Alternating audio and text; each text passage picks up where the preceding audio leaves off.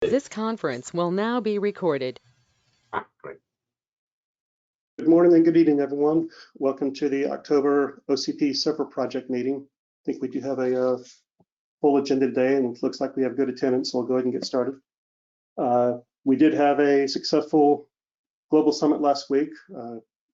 I think everybody who attended will agree we had a lot of good information. The keynotes are already posted in the link in the minutes, and the engineering workshop videos and slides will be added there shortly. So you should be able to view any of the slides or any of the recordings, and it looks like they're going to post it publicly. I know in some summits it was only available to attendees. It looks like this will be posted publicly as soon as they get it up. So CMAC or Michael, do either of y'all have a OCP Foundation or IC updates?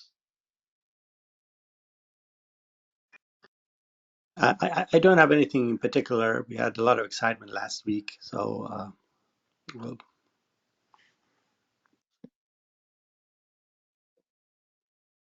All right. Hey John, on the videos being presented, there were some people, due to the technical difficulties, some people had requested to be able to submit their to redo it from their office, whatever, similar to the format we did last year, and resubmit. So we're working that out with OCP if people feel like they're like they need to do that. Yes, there were some technical difficulties with the video in some of the rooms. So they had some shortened sessions, or one session was presented without their slides, which kudos to that presenter, because I know I couldn't have done that. Yeah, so if you were a presenter and your presentation didn't go well due to the technical difficulties, get a hold of I guess Mark, since he's working on that. All right. Bappy, you have a ODSA subproject update?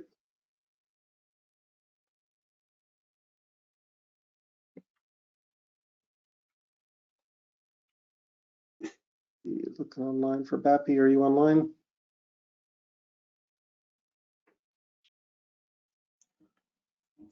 Okay, we'll come back to Bappy. Alan, HPC subproject update? Yep. Okay. Just 2 seconds there.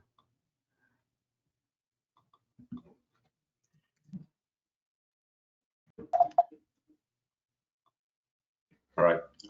Let me just go to share my screen.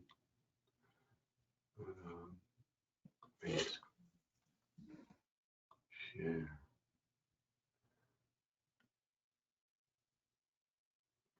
And if I go into Port, just really an update on the conference. So yeah, OCP HPC had quite a successful OCP Global Summit. Lots of good conversations and some so maybe just a ray of hope of being able to make some progress on the module.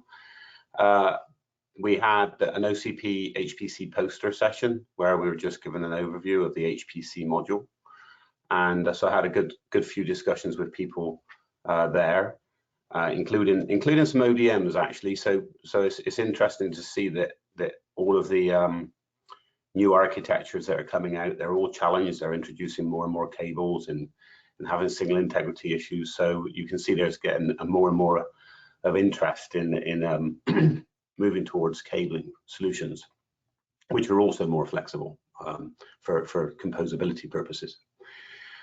We also had a thermal feasibility paper presented in the Future Technologies Symposium, and that won the Best Paper Award for the HPC grouping. So that was good. And finally, so I had some interesting discussions around how do we really get initial traction for the HPCM. And obvious as it may seem in hindsight, with all the excitement around CXL, it would make sense to maybe start with some sort of CXL module. And so that's really rather than, we were trying to start with maybe an FPGA module because it's a bit of a Swiss Army knife, and a processor with serial memory. So we were looking at Power 10, but we're thinking that maybe a CXL switch and E3 modules may be the way forward. So this is just a picture of which you guys will have seen before, but of the module itself. So I'm just showing, we would look at a CXL switch or these, I don't know what you call them, not the CXL 2.0, they're directors rather than switches.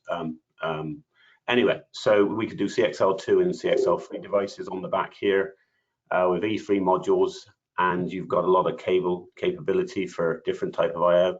So if you like to, you could think about this as it's a little bit like a Raspberry Pi for a server level Raspberry Pi. So you can configure lots of different configurations without being forced into fixed topologies of a given server or the expense of a given server. And so like many startups that are beginning to emerge where they're putting CXL on their processors and accelerators, they could easily make one of these modules with their technology and then quickly connect into a CXL switch in the E3 modules. Like Samsung's got their smart SSDs CXL, their CXL.mem, all in E3 format, etc.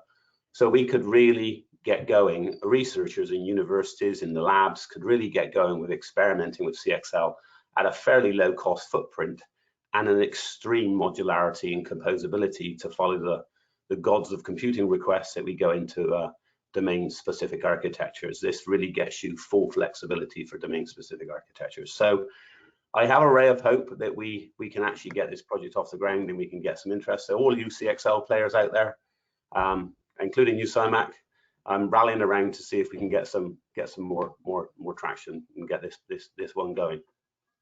One final little announcement. More power to you. Thanks. One final little announcement. I'm actually, I've just taken a full-time position, and that company may or may not be interested in this, so I can't really comment on that at the moment. But it'll be announced shortly, and that may or may not affect. They're really interested in what I'm doing here in OCP. So my role, you know, I may be allowed to continue in this role, or things may change. So that's just to give everybody an update. Okay, thank you. Well, Alan, as usual, you know, you can't leave until you identify somebody to replace you, right? Right. No, I realize that, and you know, when we weren't getting so much traction, I've been already working on that pieces. If there's anyone else interested, please talk to me. But I'm still hopeful that I'll be able to continue on this route with my next role. But yeah, absolutely. And so anybody that is interested in taking the HPC in a slightly different direction or a parallel path, I'm all ears. Just reach out. All right, thank you, Alan. Next up, we have Damien with the OCP NIC 3.0 subproject update. Hey, John, this is Bapi.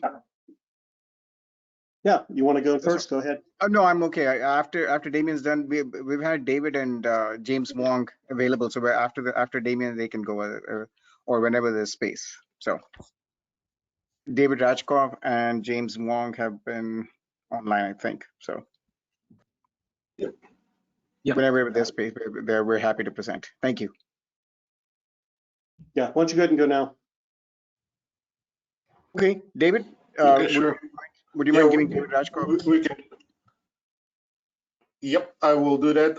So the way we have set this up, James is going to present a couple of slides. I wanted to do a quick intro. So we at CDX are going through the process of making CDXML a specification. I believe this group is already aware of what CDXML is. We presented it at the Global Summit. And we want to make that a formal specification. So James is going to go and present a couple of slides. If you can make James present and not me, that would be awesome. James Wong. Yeah.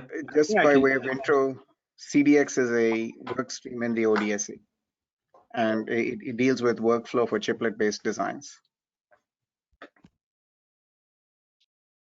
Okay, yeah. Thanks, Bobby and David. So can you guys see my screen? Yep. Yeah, I'm just going to use, as they mentioned, the slide that we has presented last week at the Global Summit. So, yeah, so that modeling has been one direction that we have been focusing on. We wrote a white paper on it, as David presented in the summit. And in this DXML, we're focusing on a format that resolving some of the chip modeling challenges, which is shown in this slide here.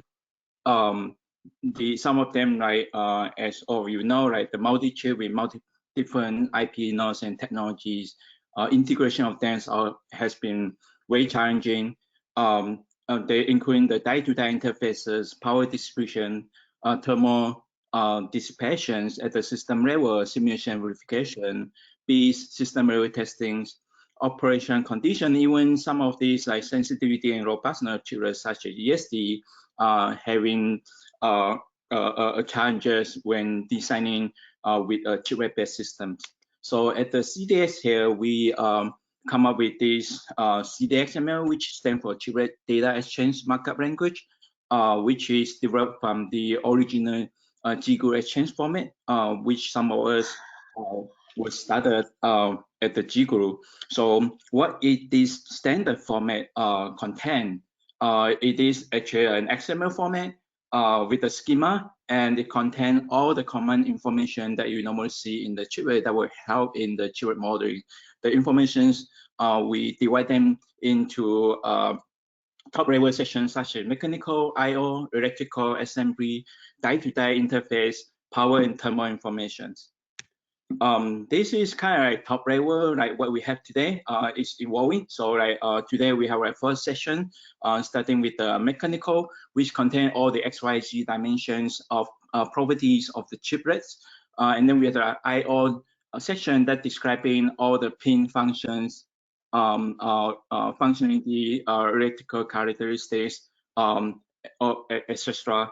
And then we have electrical information that describing all the power calculations, min-max, recommending operating conditions, etc. And finally, we also have the assembly information that recommending from the chiplet suppliers as a part of the model to put the chiplet together, such as the coefficient of thermal expansion, Young modulus, reform profile, clearance, and etc.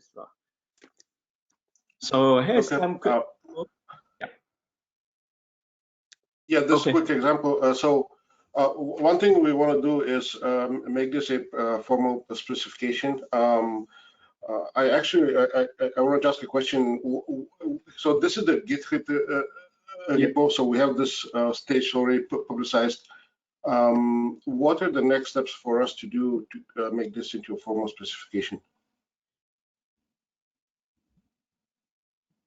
So this was the first step, David, presenting to the server group, and then we will take it offline to once John, Siamak, and Mark have had if they have any comments, incorporate them and take it to the IC next. Okay, great. Okay, great. Thanks, everyone. And a quick update is that I think as Bobby, David probably mentioned before, right? We have been also working with the JEDEC, I think, to make the kind of collaborations on the standards. That's all. Yeah. Thanks, everyone. Hey, thanks, David and James. So, John, Mark, and Siamak, this is a sort of a quick one because we're trying to get this in front of the IC committee in the November cycle. But we'd like to release a CDXML spec.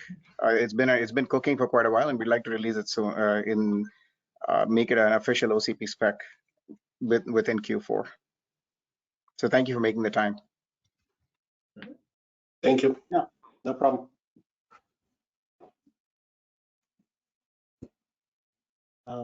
Any other ODSC updates, Pappy, or is that it? No, other than we had a pretty nice summit, and Thanks to the OCP staff, Michael and everyone else for the wonderful support. Thank you. All right. It was good to Thank see you. everybody. That was nice. Yeah, it was good to see everybody, definitely. Next up, we have Damien with the OCP NIC 3.0 update. Damien? Yeah, let me share my screen.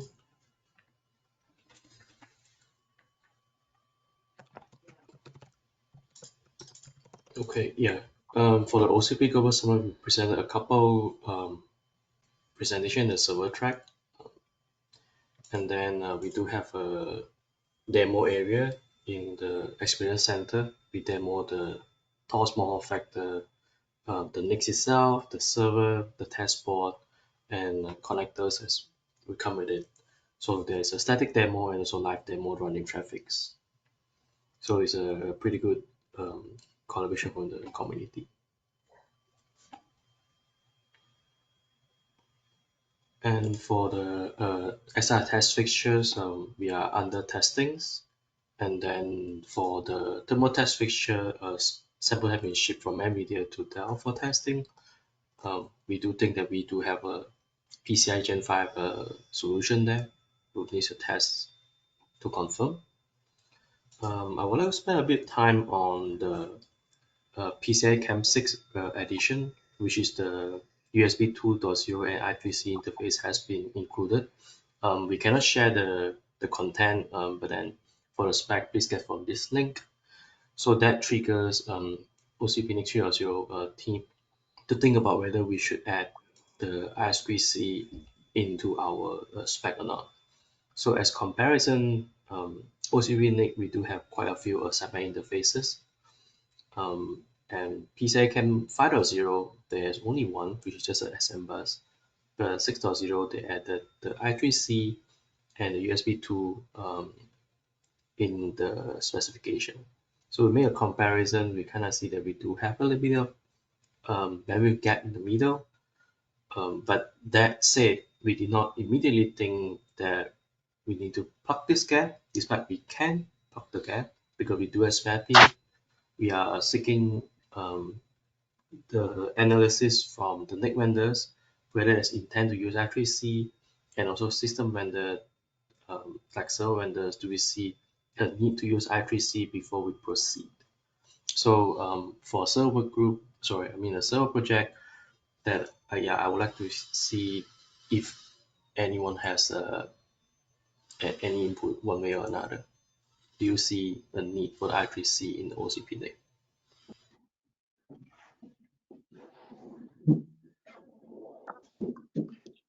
There has been a number of discussions at DCMHS work group on this topic. Perhaps we should maybe bring the team together to discuss this. Another item to consider is the requirement that is growing around security.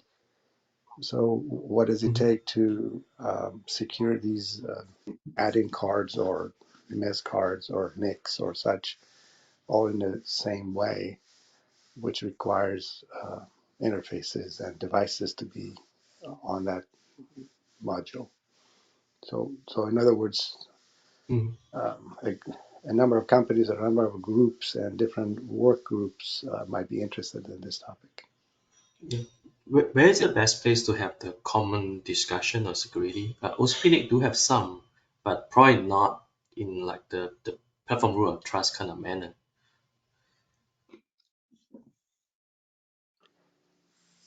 Right. So this topic and perhaps several other discussions we had at the OCP Summit requires that a number of our subgroups work together. John, Mark, I don't know if this call is the right place for it, or we should have yet another time slot for a number of subgroup members to join and discuss the high level, how all of these subgroups fit together, and perhaps come up with some blueprint to show the whole world of what we do mesh together very well. NIC3, OAI, HPC, ODSA even, DCMHS, they all have certain, and DCSCM from the hardware management team, they all have overlapping benefits. This could have a pretty strong SmartNIC implication, right? Also. Yeah, a quick Dell perspective on that is that for DPU SmartNICs, we don't think that I3C is sufficient bandwidth for manageability of SmartNICs, and we have pushed heavily for USB adoption in that case. And despite CHEM 5 not having USB support, we're expecting there to be an ECN to rectify that. The one last thing on I3C is we have concerns about the expense at maintaining backwards compatibility effectively forever with SMBus, between the I3C and SMBus. So we're willing to double click with whomever on a lot of our findings or our perspectives. Yeah, the problem, right, is that SmartNIC is a little bit unbounded, right? When you say management, there are maybe other aspects of management for which I3C may be considered okay by some companies. So yeah, we need to have a holistic discussion on it. And there's one other thing that's going on as well. I think the I3C is interesting step, but there's also LTPI that's I think that's part of DCSCM, is it, SIAMAC? Which is basically a serialization of the I2C and I3C bus, and so you don't have so many pins as you do, being consumed for the sideband. Generic problem has been that on the standard CHEM slot for PCI that PCI SIG owns, they're not free pins to do anything, basically. Yeah. But OCP, within OCP, we could do whatever makes sense, specifically still maybe choose to or choose not to maintain backward compatibility. That's other discussions we have to have. Whereas PCI SIG is very adamant to maintain backward compatibility. The LTPI, which has been open sourced from Lattice have a bunch of I2C and I3C products, or they embed it in their tiny FPGAs. It's a serialization of the I2C bus to make, because often even routing across motherboards, it gets a bit congested with lots and lots of I2C buses. Right. And and you can do that with tiny chips, even buried in the connectors, so you can stay compatible with CHEM. You've got forward compatibility and backwards compatibility. So there's some interesting possibilities if there was motivation to go to a more efficient sideband interface. Yeah, CMX's original comment was that we need to find a forum to do this, since it's kind of cross project, and OCP really pushes cross project communications, but it's hard with all of our individual meetings. We just can't let this meeting go into the weeds because we do have a full agenda today. But I agree with CMAC. We probably do need to schedule a one-off meeting, or actually set a good portion of the agenda to a meeting to these kind of discussions, because they're really good discussions and we need to have them. Yeah, especially if multiple sub-projects are looking into it together. Yeah, then it makes sense to have those. Maybe it's a separate work group on sideband management, future and history. Yeah, so we'll have some discussion of that. Yeah, just for closing, yeah, we are thinking about backward compatibility. Yeah, don't worry about that piece, at least for OCP. Yeah. Okay, keep going, Damien. That's all I have. Well, I'll leave it at this, and yeah. All right. Any questions or comments for Damien on the OCP 3.0? Yep. All right, next up we have Song or Ahmed on OAM, OAI. Hey, John, can you hear me? Yes. Yeah, I only have a little update. There are a couple of things that we are making progress in the work stream, and we have the UBB tray, mechanical drawing, and the UBB bolster plate as well. So it's going to be released to internal review and discuss. Yeah. So these are the update that I have. And also the OCP slide. I think people, if you're missing the OCP summit, right, you can take a look at that, the latest update from the work stream. Yeah. Okay. Yeah. Thank you very much. Thank you. That is all of our sub projects. As a note on the OC website, if you click on projects, server, here are the sub projects we just covered. If you click on server and go to the bottom, here is the schedule that includes the calls for all of our all of our sub projects. So if you want more information on any of those, I encourage you to go to this calendar and join some of their calls. We do have quite a few calls. All right, next up we have Tom doing a OCP SIOB R2 workstream update. Yep, sounds good. Let me share.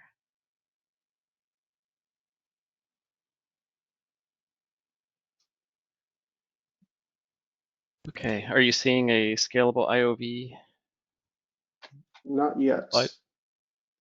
Oh, it's thinking, sorry. Oh, difficulties sharing. Try again. It is being scaled. There we go. Can you see it now? Okay, we got it now. Okay, great. Hi, I'm Tom Stachura. I noticed Jamie Edwards is on line. We are leading the Scalable IOV revision 2 work stream. So we came in here, many quarters, like at least a quarter or two ago with intent. So we wanted to give an update on where we are and where things are headed. So sorry, let me get to advance. So first of all, just to ground people on what this is, it is IO virtualization capability that scales to a larger number of instances of IO instances, and really what we wanted to do is bring this into the OCP work, venue to be able to mature it. The value that we see this technology providing versus the prior art, which is single root IOV, is that reduces the per VM virtualization cost. It more efficiently supports a larger number of VMs and containers, and I think we've all seen in the data center world where moving to larger core counts, larger thread counts, larger number of containers, and then the other piece is provides more flexibility to the virtualization stack as you get into more complex provisioning and composability constructs. So at the end of the day, we really see this as a advancement on technology that we think will allow for more configurable and scalable configurations, while also making sure we don't lose sight of making sure that the performance is there. So, and what we see is, I heard some of the conversation earlier with, the advent of CXL. So the timing we felt was right for this because, there's a modernization of IO devices that is happening with things like CXL.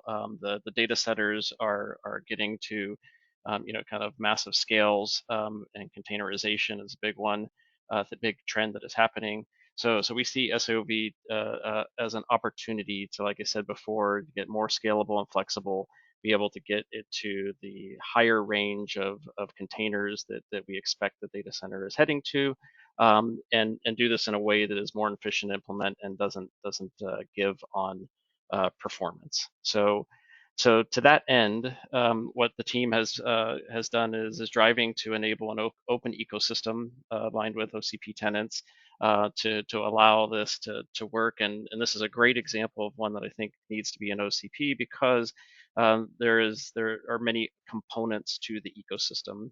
There's more than this, but I think the three primary ones that we identified that were important to come together and drive consistency and interoperabilities between the host devices, like CPUs, the target devices, any IO device that would connect, and the software and operating systems that will enable all of that to work. So to that end, I talked about this last time, but to start the train going, Intel and Microsoft contributed the first version of scalable IOV to OCP. So we'll post the slides and the link will be here, but you can find a link to the spec that is publicly available on the OCP repository. But we didn't want to stop there. What we wanted to do, and this is the new information that we wanted to give the server project team an update on, is a number of companies have come together, which you can see kind of cover that class of um, groups that I had on the previous slide, target devices, host devices, and OS vendors. So ARM, AMD, Broadcom, Intel, Microsoft, NVIDIA, and Red Hat have formed a revision 2 work stream to be able to take this first version that was released and iterate on it for improvements for a broader and viable ecosystem around this.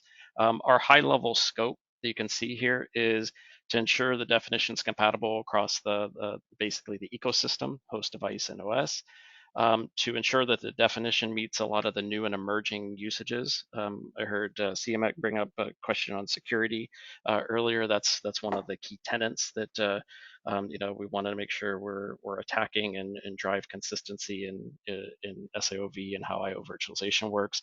And then also, want to make sure we have a clean transition plan to this. There are, single root IOV is prevalent out there today. Scalable IOV version 1 is out there to some extent. And so one of our charters is to make sure that we build the path to be able to make this a vibrant ecosystem with what already exists in the ecosystem. I won't go through it, but these 3 scopes I have are kind of high level.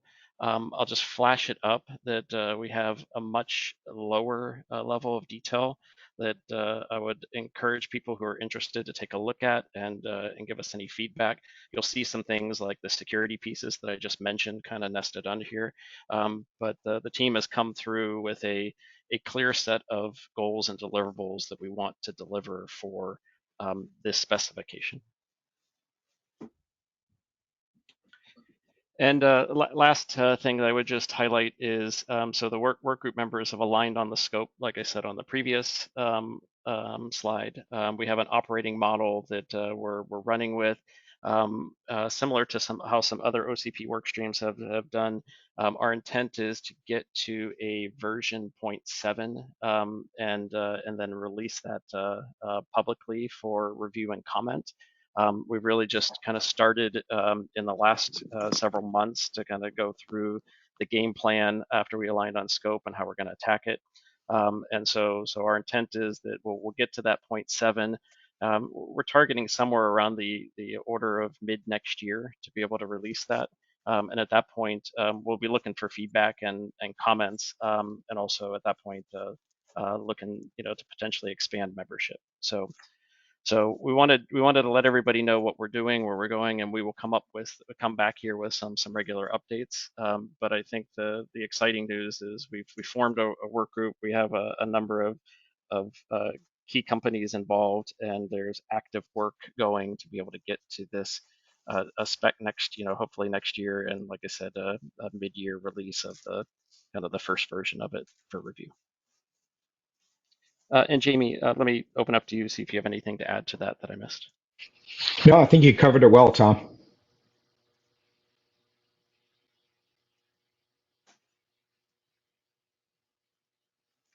So Tom, based on the structure of the team now, the companies involved, do you have enough representation from various aspects? Are you asking for other companies to join? Is it free for everybody to join, or do you have a closed team right now? Yeah, good question. We do believe we have the right people to get to the first milestone of that public release, and to ensure that we actually make as rapid progress as we can.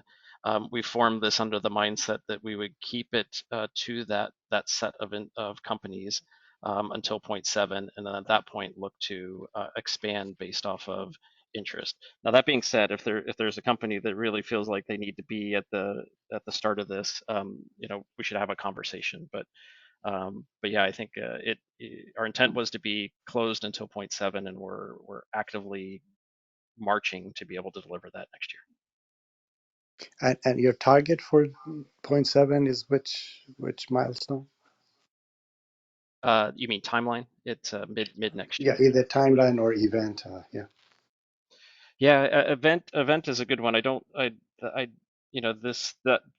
wasn't at the summit, and all of that is new to me. So I think I could use some counseling and guidance about where we should make more noise about it. We have, like I said, our timeline that we think is rational based off of what we have in front of us and what we're trying to do, and we're still planning it, so it may change, but our target is mid next year.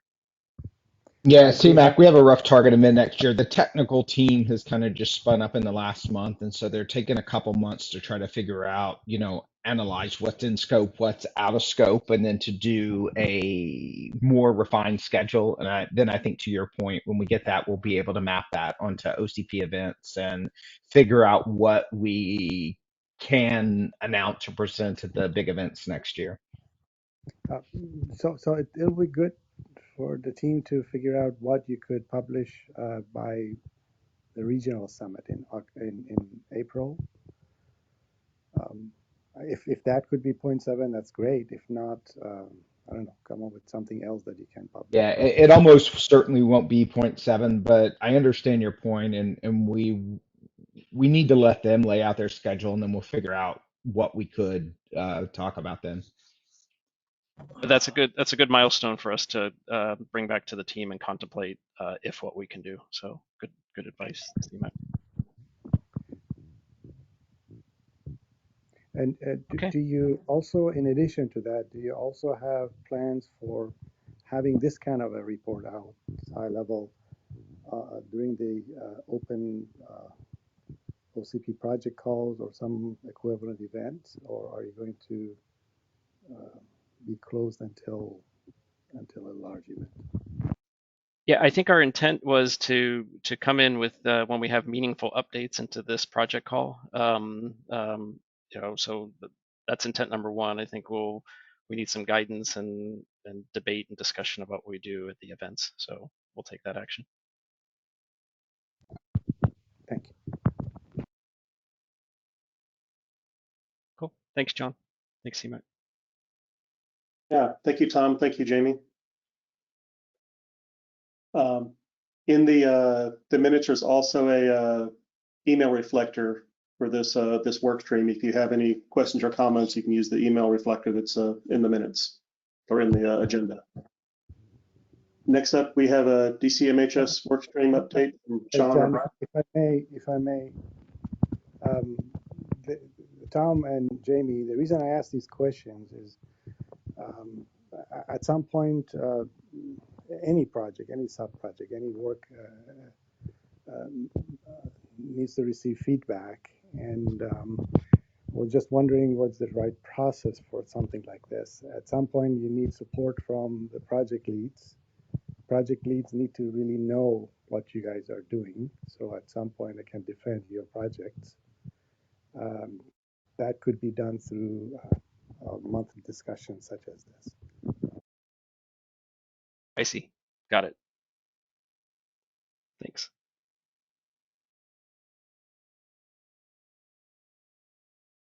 All right, Sean or Brian? Can you hear me, John? Yes. Okay.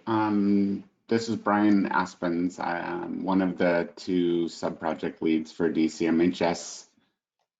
DCMHS had several presentations at the Global Summit. We discussed that the version 1.0 release candidate for all 6 of our specifications has been released last month to the server project wiki. The link is given here. The 6 specifications are given here.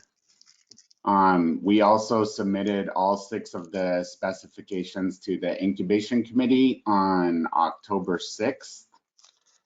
There were some feedback on some minor typos. So once we finish with the incubation committee approval, I'll likely circle back, John, to post the final specs here. So they all have a RC number, and each of the specs might have a different RC number. Those typos will be reposted to the server project wiki. If you need them now, just contact me or Sean. We do, at the summit, we did announce that we do plan to have maintenance releases post 1.0. So for all 6 of these specifications, they won't be final. If there's any additional features that are backwards compatible that the team wants to add, or public feedback suggests that we add, we will be providing maintenance releases similar to OCP NIC 3.0, how they have a 1.1, 1.2, etc. So look for more specs in 2023. I did at Global Summit talk about our newest spec called Shared Infrastructure. That's a new spec that we're targeting the first release for in probably around Q1 of 23. We'll post it to either the server project wiki, or we are working with the OCP Foundation to elevate DCMHS to a server sub-project, an official sub-project with our own wiki and also a public monthly call. The public monthly call will be an update type of meeting similar to DCSCM R2, where anyone can join that call. We'll provide updates from the 7 work streams, if there are any. The working meetings for DCMHS, however, would still happen under the CLA, just like DCSCM R2. Any questions on that? Brian, I have one question. Are we able to use the same CLA for those who already signed? Yeah. So the way we're doing it is we plan to use the same CLA for 1.1, 1.2, and the shared infrastructure. So the scope of DCMHS is not changing. Mm-hmm. And any specifications that the team is currently working on, we're planning to have those backwards compatible. So if a 1.1 spec came out for one of these 6 specs that we released, it means that it's backwards compatible to the 1.0 spec. So there could possibly be a new feature that's introduced or something, but the idea is that we're not cutting 2.0 specs until we break that backwards compatibility. So it's the same CLA, and any additional specs that are needed from the team would happen under that same CLA. Okay, got it. Yeah, one thing to note, Brian, here you have in the first bullet V1.0. That is actually revision 1.0 version 1.0. So the revision 1 will stay revision 1 and as long as it's backwards compatible. So there's a version under the revision. It should read R1, not V1. Well, R1 version. This is version. Right, but before the version is revision 1. So this is revision 1 version 1. So like NIC 3.0 is NIC revision 3.0, and it has a version 1 and a 1.1. But yeah, so backwards compatible. So just so I can explain that for people, the CLA talks about revision 1, which is, we consider anything posted under revision 1 to be backwards compatible.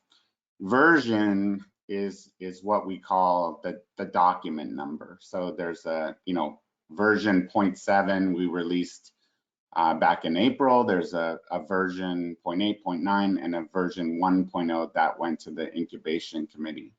And that will have an FSA signed for these 6 specs. And then we'll continue with the same revision of DCMHS, which is still 1.0. The version number will get updated if there's any new specs that are introduced. Thanks, John. All right. Thanks, Brian and Sean. Any last comments or questions? Yeah, just a maybe closing comment. Michael Schill on the call? Brian or Sean, do you know in what process we are as far as the review, incubation committee review of the spec server? So we spoke with Michael. The Global Summit has put a longer delay through the incubation committee. So most of us were tied up in that last week. So I think the commitment was 2 weeks after Global Summit ended, at worst. For the review, and then about a week for voting by IC, right? Oh, so my understanding is the 2 week included the voting. So no, it doesn't. No, it doesn't. Go through a review phase. Reviews, we define what's final, right? And then we go into ballot. We don't go into ballot until we have final. So the least candidate gets dropped off, right? John would know. So it sounds like CMAC, it would be at most 3 weeks after the end of Global Summit.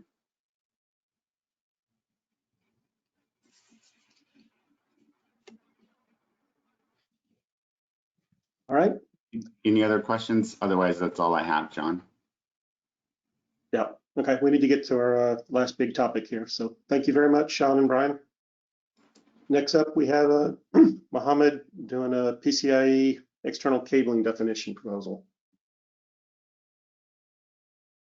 Mohammed, I'm looking for you to make you presenter.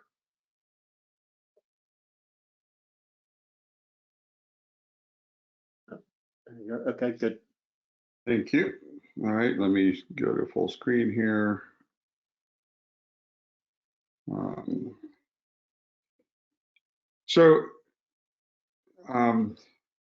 Representing the following members of different companies, we've been talking about connectivity, external connectivity solutions for PCIe in form of NVMe protocol or CXL interface. And we are asking the team here, the project team, to see if we can start a subgroup or working group to address defining some of the basics of reuse of existing technologies and cables to provide disaggregation connectivity of the various DAS storage using NVMe and pooled memory. Today's offerings seem to be using, borrowing different connectors. Some of them are defined by the SIG, some of them are outside of the SIG definition. We would like to see identify some projects on the storage side and server side that we can actually start implementing connectivity, external connectivity with future speeds in mind, like Gen 5, Gen 6, and beyond. The basic premise here is that we need some level of distance involved. Memory may be pretty short distances, but still an external connection with an active cable could provide better flexibility on cable gauge or going to optical. Same thing with SSDs in a JBOF or HDDs in a JBOD. And the idea here is for the teams to get together and research what's being done today in terms of a server node or blade, and what's optimal for those solutions. Look at the storage aspect of things and look at the memory pooling CXL aspect requirements, identify commonalities and differences between CXL and NVMe needs. Don't reinvent the wheel. Try to use as much of the existing infrastructure in terms of connectors and form factors, potentially change impedances here and there if we need to on boards and cables, but leverage the existing ecosystem as much as possible. So primary focus is cost, power, latency, and trying to leverage as much as we can. The current, it's hard to talk negatively about any other proposals, but the current available CDFP proposal from the SIG could be worked around. We could still open the door for TE to come in and offer options, but currently in the current definition with passive TX, RX separate on separate boards, it doesn't really provide enough room or thermal mitigation for 10 to the minus 12 longer reach connections, right, with active electrical or active optical. That said, the need for that in the market is going to grow as we look at the potential growth in storage and memory pooled appliances. Now, this is kind of a guess of, based on a study that was done at IDC with Seagate, we kind of worked backwards from the zettabyte numbers to come up with a number of cables. We had some basic guesses on what the prices are just to size the market. Same thing on the memory pools. Now, whether they materialize in that time frame or a little bit later is a question, but we're still looking to provide a solution for this large market and unify instead of having people using mishmash of different non-standardized connectors. So one target, one possibility that was identified was to reuse some of the enhancements that were done in the Ethernet world for the parallel connectivity of by 16 and by 8 and by 4. And we looked at the mitigations that are available within the QSFP and OSFP modules and see a potential opportunity there to leverage some of that to provide PCIe impedances and capabilities in the NRZ phase for Gen 5, and then with PAM4, anywhere from SR4 to SR16 with PCIe Gen 6 cabling. Now, again, our task here is to look at options. This is one option. We looked at that these connectors provide the right, their existing pinout definition provide enough sideband, additional signals for sideband as needed. This was provided, in more detail on the OSFP as well for the by 16 connections as an option.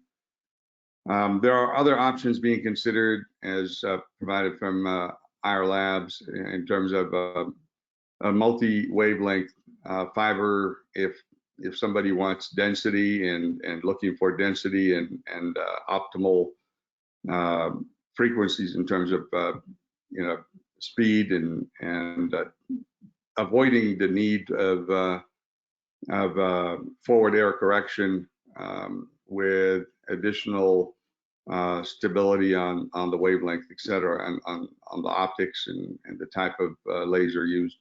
So there are a lot of options, but in order for us to explore these options, we're looking for an opportunity to basically form a subgroup to investigate what's being used right now, what could be enhanced upon that, and how can we bring some stability to that market that was always viewed as a bus versus an external interface. It is kind of encouraging to see that many people come together to work on this. So, like that opportunity. Comments, questions? Yeah, I have a question on. It looked like from your distance or length, you were looking at saying it's limited to 1 meter for a DAC for CDFP. What are your assumptions on topologies that you would limit it to that? Because we have general market, 2 meter cable DAC, it's available. So it's just curious what your topologies are and what the actual lengths that are needed for these different topologies. Yeah, so we're thinking 1 to 10 meter, really, the link connections, whether it's CXL or NVMe, will differ because of latency sensitivity aspects.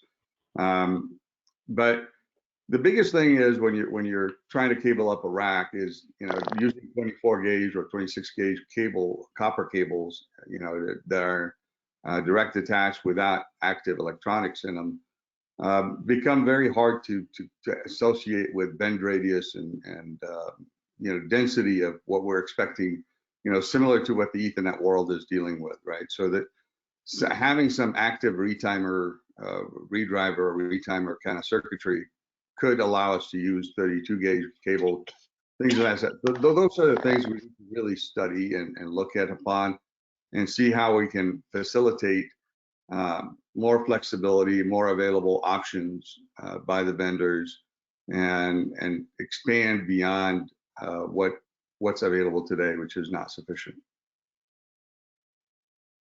So this is John Liang, Intel. So question is, what's the relationship between this working group and the PCI cable working group? I mean, So what are you going to do with these options? Yeah, so I think the PCIe SIG is working on solutions, right? But they're thinking about it as primarily as a bus interface, and has not really put in any standard that put out any standards that would satisfy all the above that we mentioned here for expanding beyond the short reach, the extra short reach connectivity. So the relationship will be friendly. We are here to implement some level of unification within an OCP environment, an open environment, to help the industry further and move faster towards a solution. Okay, it's good that it's a friendly engagement. I just like to I had the same question, and I like to just ensure that you're fully aware of what they have or are doing in terms of external connectivity. I am, I've been following that closely within our company. We do have a person on the SIG and monitoring closely. We feel like it's not addressing everything we need, and it's not being addressed fast enough. So John, so this is John again. So in my short discussion with the cable work group, they had a specific solution space for passive connections that they believe they solve with whatever they selected, and there has been no request to do anything on a dynamic connection. So those requirements might need to be brought to the cable working group for them to start addressing it. The cable working group within OCP, or? No, within PCI SIG. PCI SIG made a decision on a solution based on the scope they were given of the problem. So if you have an expanded problem, then that needs to be delivered to the PCI SIG cable group so they can go work on that solution.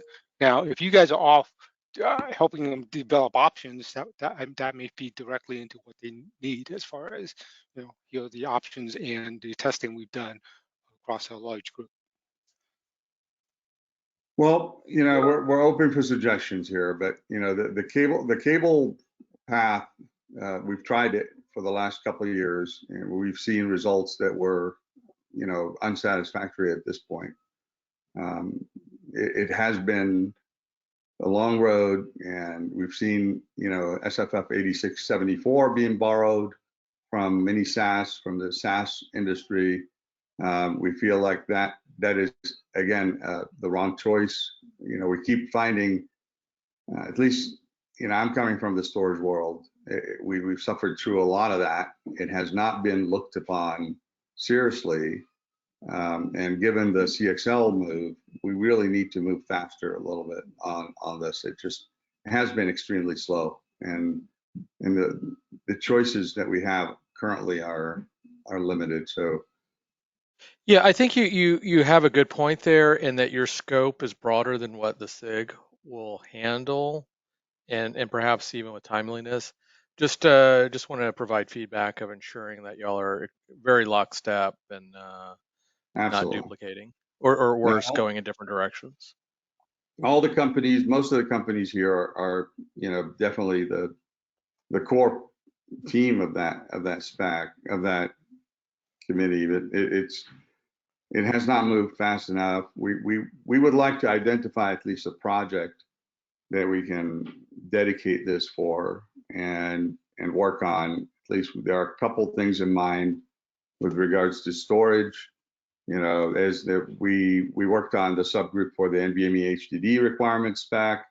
What's missing here is, as we construct systems out of these NVMe HDDs and simplify the connectivity, we do need a solid connectivity plan for that.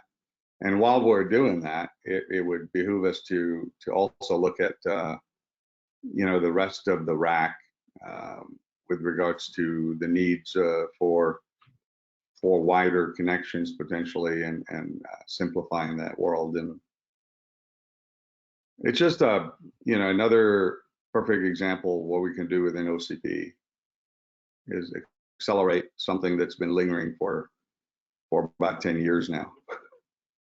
But not if the result is a competing standard with what PCI SIG eventually decides. I don't disagree, but it seems like their urgency is not there. So we can continue to sync up with them and work closely, but I think if it's going to slow down the industry, I think it would, I think we've seen an example of that done in the Ethernet world, and waiting for JDEC and others was not an option. So I think I would definitely use that as the perfect example with Arista and what was done within OCP to accelerate the 800 and 1.6.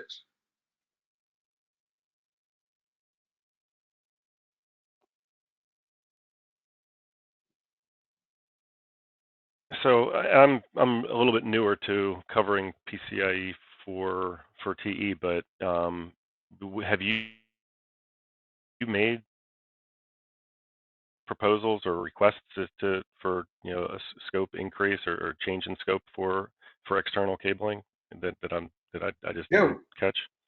TE is a member here, so they will be exploring that, right? So they will be putting proposals out there to fix the problem, but right now we don't see line of sight to a solution For using CDFB. Yeah, it's when you have two separate PCBs for TX and RX, you have to add a third one of some sort. You have to provide thermal mitigation. You have to do quite a bit more to get to the level of 20 watt that's needed for a by 16 active connection. I think that the scope of this goes beyond what typical SIG understand or expects from a PCI bus, because it seems like all the focus was around passive solutions, and we don't think that would be the right answer. And I would reiterate that one of the problems faced was passive solutions. Right. So, But I think, I guess the question I would have is, can we, would we consider CDFP. CDFP was originally developed as an optical module interface. So the Style 2, that's a larger module, and if the scope is such that we really need to support optics and other things, that would be something that the PCIe committee might consider, and also with the layout as far as all transmits and receives on paddle cards. I know that for the original for Ethernet CDFP, there was a Style 3, I believe, where there was a change in the actual pinout where transmits and receives were on each card. So like by changing the pinout, you can accommodate that. There are some challenges with the dual card type system, but a lot of that there was a lot of work done previously for the 400 gig Ethernet CDFP standard MSA. So yeah, I would agree with that. This is Scott the from goal Molex, here is and we also see the same kind of thing with CDFP and support it. And the other thing I just want to say, if we do go to active, that is that's expensive too. Passive cables are so popular because of their low relative cost to other solutions like active electrical cables. So I just want to make sure that stays in line of sight. It is definitely in line of sight in our financial analysis. It's just we're trying to find the right solution, right? We want to reopen the world, in front of us here to look at what's the ideal solution. What can we leverage? I don't want to be married to a specific option here because the SIG chose it, right? I think we need to open up and look at what is the ideal solution moving forward. It behooves us to do that. Otherwise, we're just stuck with what's being dictated, and we're not in the right place. I think opening up the options is always a good idea, as long as we all agree on we have the best interest of the industry in mind. And I would agree with that. Again, this is Scott, but the PCI SIG, when they did this, they did have a huge design competition to look at all different aspects of it. And it was compared, a lot of work, months and months work went into that to develop solutions. And what you see is the final solution that came out of their design competition. So it's not trivial, this effort, and the effort was done. And companies like mine who have gone through this effort, before, are somewhat like, well, we've done this and it's been decided, and now all of a sudden we have a different group saying basically they want kind of the same thing.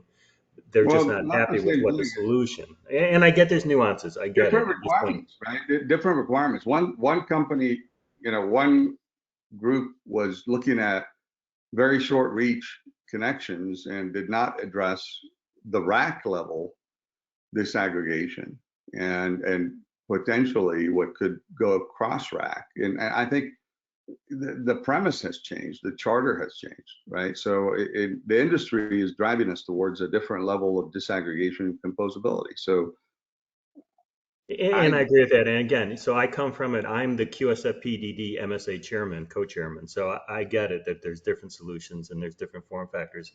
I'm just trying to make sure that we realize this is not a trivial pursuit. I fully agree.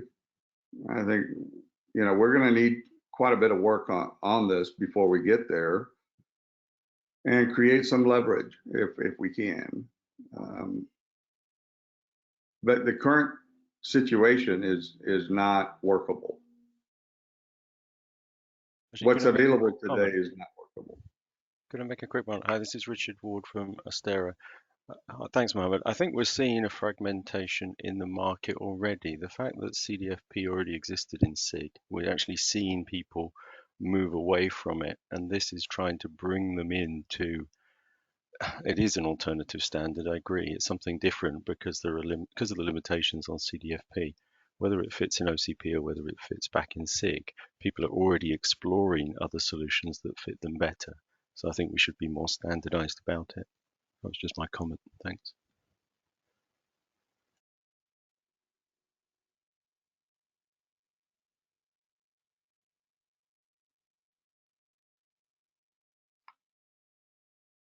Yeah, I echo that. And I think it's just a matter of deciding whether this is the right timing, or should we go back and take it to the SIG? It becomes a question of this audience. I think like to get the leads to decide on this as well, and kind of give us an idea of what they have in mind. You know, the industry is moving quickly into CXL, adding chem cards and adding additional, you know, on every solution out there is, you know, just adds cost. And having an acceptable native connection to the storage and to the server, server blades, you know, with a native active device on it, provides simplification and reduces internal cables, internal cards. We have a lot of ideas out there. I think, you know, given the chance to the right people, we can come up with a more simplified vision.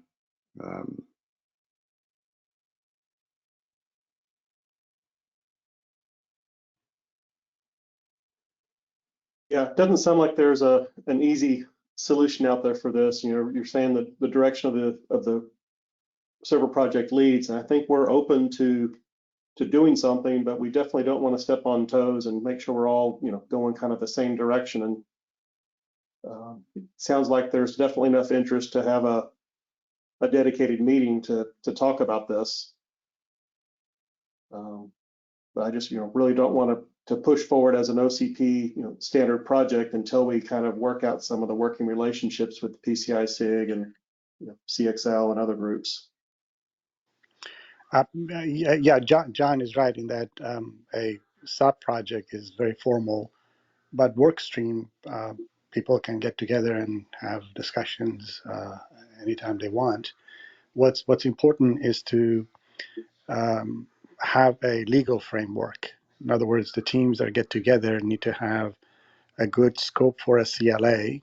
If there are inventions and IP or contribution that go into anything you produce, it needs to go through a CLA and eventually an FSA. Okay, well, we'll take your guidance. You know, if that's your guidance, I think the industry just wants to work through this problem, and you know, we're not going to leave the SIG behind. We're just going to get, you know, a different set of requirements here and propose them.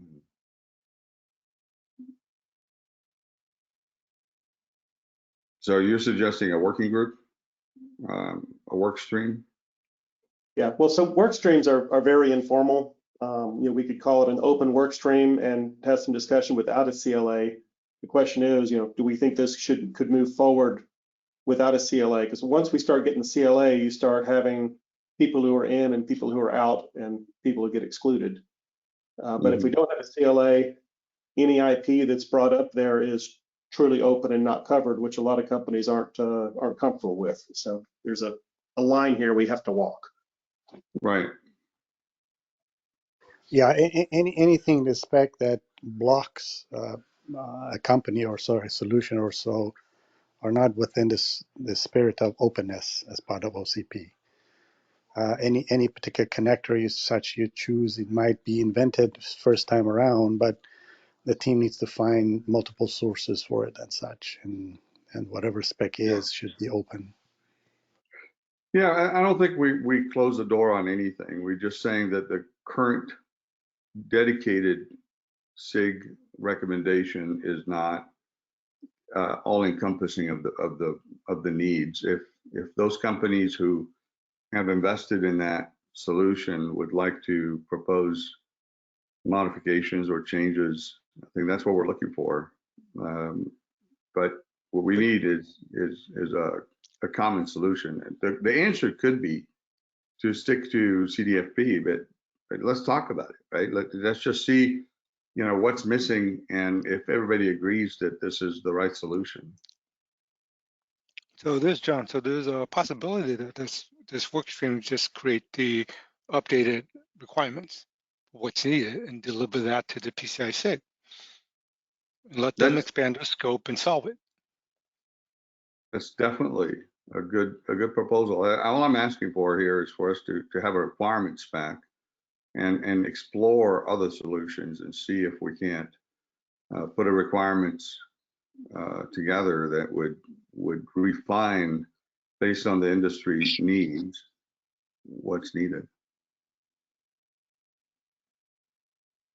Yeah, That sounds that's like a a good thing to me too, because once we start getting into form factors, as somebody said, there's a lot of IP with that. All those form factors, at least today's form factors, are all covered either in SFF or in, as I said, the MSA. There's standard RAN licensing obligations that companies have agreed to. So that's all taken care of. If we decide like to invent a new connector, then you're going to get people that don't want to share their innovation on open compute platforms, as somebody mentioned before, and then you're going to get a partial solution.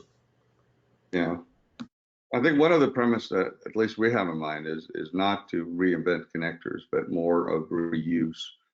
For the target is to do this quickly and to avoid lingering redesign and then come up with from the ground up in volumes and economy of scale, et cetera. But if you reuse something, it tends to provide you that advantage of cost optimized implementations. At least that's the mindset. A major value that this group can provide is to clearly identify use cases from a system point of view. As you guys know, OCP is a great place to integrate technology from other efforts outside. And as you guys have identified, to the extent that other technologies are complete, we integrate them. But when they're not complete, then we either invent them and use them ourselves, or just like what John suggested, we come up with requirements and send it back to the another consortium, another SIG, to work on. It could be IEEE, it could be PCI SIG, could be SNIA or whatever. But use cases are very important for the team to collect, and it seems that a very good set of companies and people are involved here, all with a system view, especially looking at new use cases, such as what you said, CXL and NVMe, which is beyond what perhaps PCI SIG has done. So those are all good values. You could maybe stretch out and consider maybe bringing software guys. There is a composable memory system subgroup that's sub-project being generated. Those guys have some ideas of how these systems are supposed to put together, and that can make your system look more comprehensive. That'd be great. Any guidance you can give us here, and will be great. So So it seems to me forming the group, there's no issue about it. It's just a matter of crossing all the T's and dotting all the I's. Legal framework is important. The points that people made, not stepping on other technologies, other consortia is important. Identifying requirements and use cases are important. And the team, you decide if the team is really open or you need to have a closed group of people to move fast or whatnot. But that comes through the CLA process. that sounds good. Yeah, well, the question is, does it make sense to have a few open work stream meetings without the CLA to come up with that? Because if we start with the CLA, it's going to be exclusionary. I think we probably need to have a few open meetings and figure out exactly a direction first. Yeah, exactly. So the way the CLAs nowadays work is that the legal framework of the CLA in a form of a template is already there. It is actually published on the contributor site of OCP. What's remaining is defining the scope, what's in and what's not. And what John just suggested was that the teams, a number of good companies and good people get together and say, well, this is what I would like to do. It seems that you're already capturing this slide deck, but maybe formalize it in a very high-level overview of what's in, what's out, and that formulates the scope of that CLA. Excellent. How do we start that? We get help from Michael Schill, and do we put it under the umbrella of the server project, or is it just independent? Or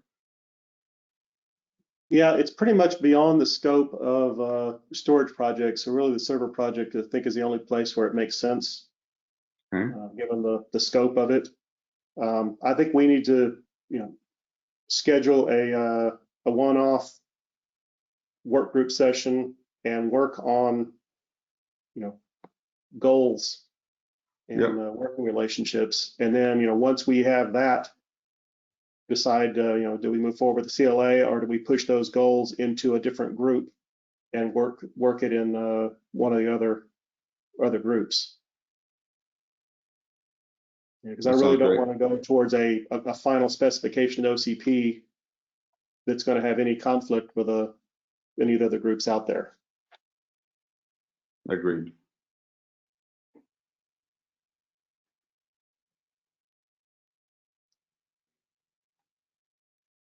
Okay. So I guess. Yep. So should we try and schedule another call for, say, a week from now, and have a single topic call for this? Absolutely. I think we'll keep it open for people to attend. I'll wait for guidance, I guess, John or Samak, and we'll continue to make it more collaborative. We don't want to shut any doors as well. So at least we specify, refine what we started here as a charter or goals, and that will get us started and get some agreement. Okay. Yeah, I'll schedule a meeting for, well, the problem is there's never going to be meeting time that everybody can attend.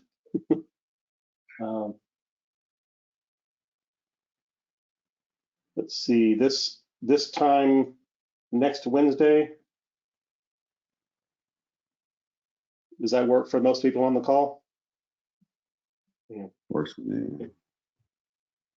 There is a OIF meeting next week, and it happens to be in Hawaii. So at this time, there might be a lot of people either just waking up in Hawaii or at that meeting. An hour or two later might help a bit. Yeah, I mean, I see several on this call that are probably going to be there. But okay, if we do it 2 weeks from now at this time, does that work? that worked great because it's the week before IEEE. So that would work great. Okay. Yeah, so I'll put something on the calendar for November 9th at 10 a.m. Central, and we'll just make sure we get it forwarded to anybody who wants to join. Excellent. Thank you. All right, sounds good. Thanks everyone for staying on an extra half an hour to the call. We typically don't run over like this, but this is definitely a topic that needed a lot more discussion. All right, thanks everyone for joining. All right, appreciate it. Bye. Thanks for sharing.